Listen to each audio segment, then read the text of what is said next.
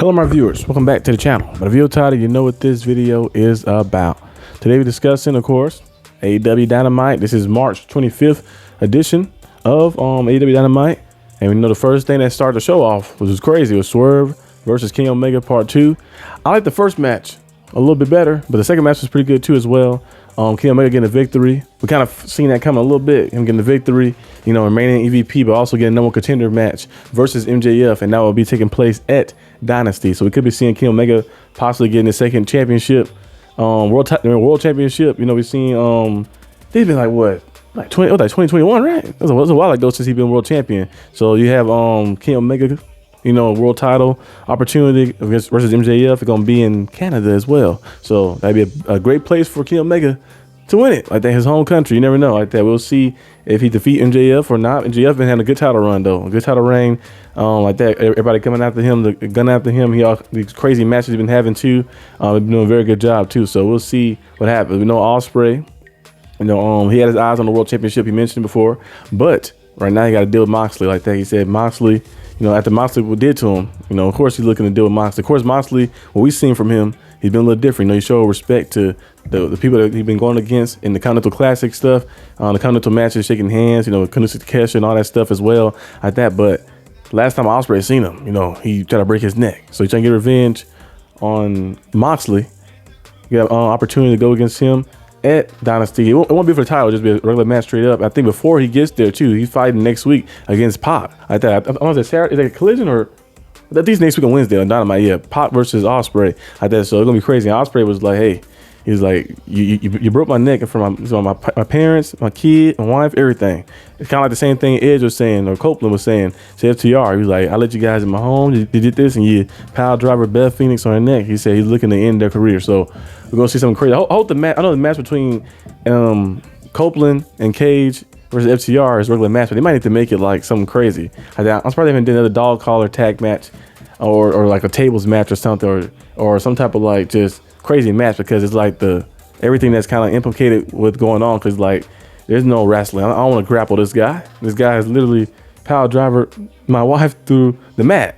There's no time for grappling. There's no time for like fighting. Just like MJF and Hangman Page had the Texas Death Match. People are like, that's not a wrestling match. Yes, it wasn't a wrestling match because it's a Texas Death Match. It's like there's no time for grappling. No one will see after a guy been attacking you and tormenting you for years and all this time like that to build up to it. I don't want to see no grappling. I want to see you fight like that, because soon the bell ring, you should be going to try to take that guy out. So it's gonna be crazy to see what happens at Dynasty. The card is already looking very amazing. Tekla got a big victory too today against Mina in a pretty good match as well. Mina said she was fighting. Said, I'm fighting for Tony. I'm doing all this like that. We still don't know who knocked her out, who took her out. Maybe it might be Mina. Some people say it might be Mina, but I don't know. We'll see exactly who sent the flowers to Mina and also who knocked out Tony. Part of the storyline. I don't know what injury Tony had. They said Tony had an injury. She's gonna be out for a long while. I don't know if she has a. I know some people think that she's pregnant. Some people think that it could be an injury they just discovered. I don't think it's like a physical injury, because she wouldn't have been a wrestler that other time she was wrestling the pay-per-view.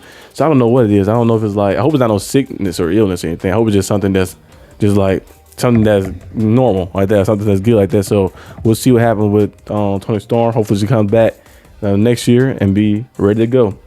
Also, what else we see on this show? We seen something else that happened too as well. Oh yeah, Darby Allin. That was the last thing that happened actually. Darby Allin in the match versus Roosh. Of course, another crazy match with Darby Allin, but he has won seven straight in a row.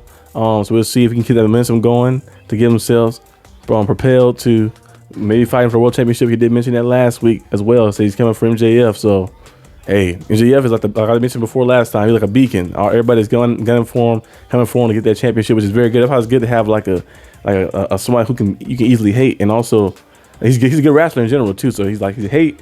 Now you can hate him easily because he says a lot of slick stuff, but he's also a great wrestler too as well. It's like that. So having somebody like that as the bad guy, the big bad villain, like that, be your champion, kind of brings a different dynamic to it. Because sometimes like a good guy champion can be good and stuff like that. Like John Cena, it worked for him and it worked for other different guys like that. But sometimes as well, it runs its course. But I think MJF doing a good job right now, and we'll see if Kenny Omega defeats him at Dynasty or what happens.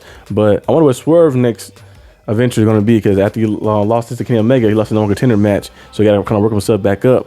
Right there, I wonder what happened. Kenny Omega fought hard to get this number one contender match too, because when he came back, he was saying, "I'll do this, do that." and that and that and that, and then he lost some matches, he won some matches, lost some matches, won some matches, and he finally got opportunities. So he's been building it up a lot, because that's when he came back. He came back and said and declared for this. That was back in, that was back in what? I think was January or December or January, like that.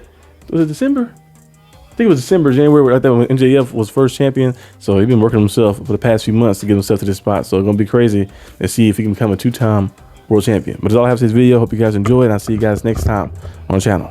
Peace out.